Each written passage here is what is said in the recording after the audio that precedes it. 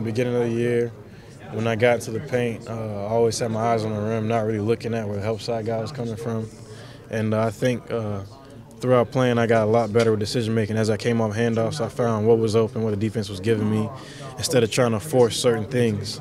I was still aggressive, but I was a lot more smarter as far as making decisions. So I think I got a lot better in the department of making decisions and making the right play instead of trying to force a play. Some of that trust too. I mean, you realize you've got great players all around you. I mean, every level you go up, you're going to have better and better players around you. Yeah, definitely. That came with trust and just getting acquainted with my teammates. As we became to trust one another, we got better as a group. So it was all of us learning to trust one another, learning to bond with one another, learning each other's tendencies, and that was definitely a part of me becoming a better decision maker. The point where Cal said this year, if I asked these guys who am I hardest on, everybody would say he's hardest on me. But talking to some of your teammates, they said no, he was hardest on Brandon. Did you think he was? At some points, he was hard on all of us. Like you said, if you ask anybody at one point in the season, everybody would have said themselves. Mm-hmm. But he was hard on me, but he was hard on everyone. So I don't really think that he was a lot harder on me than everyone else. Maybe because I'm the point guard, he kind of started with me.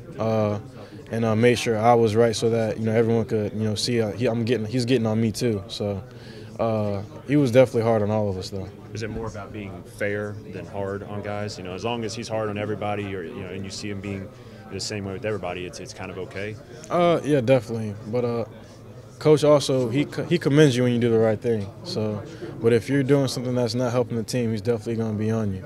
And that's just his coaching style, just to be hard on his players and to see how they respond. And he recruits the type of guys that he knows that they're going to respond in a positive way. Did you get the sense he was that way with John? And yeah, definitely. I know that he was on all of those guys, and it paid off. All those guys got better. All those guys made a great transition.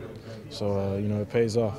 Brandon, how ready do you feel you are to be the face of a franchise right off the bat?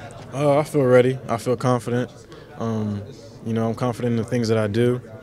I know I'm a hard worker, so in 3 to 5 years, I'm confident I'll be the player that people expect me to be, and so I'm confident in being the face of a franchise. Are you ready in terms of leadership skills? Is that something that you feel confident in? Yeah, just definitely being at Kentucky, being a quiet guy. That was something I had to work on. Being a leader, a communicator, getting to know people, coming out of my shell. That was something that I had to work on. I feel a lot more confident being able to approach anybody, talk to them, and just being able to lead a team in general. I think I'm better prepared to do that. Are you ever not calm? I get excited. I get enthusiastic in basketball games. For the most part, I'm a calm guy. Do you feel like there's any misconceptions about your game you're having to clear up throughout this process? Not that I can think of. There's so many point guards here in Chicago. Roughly like 17. What do you do to make yourself stand out with such a deep position? I don't know. Like I said, the best thing I can do is be myself. I'm not going to change anything that I do, anything that I'm good at. I'm in the position I am right now just because I've been myself. So I think I stood out a little bit just doing that. So I'm going to continue to do the same thing I've been doing.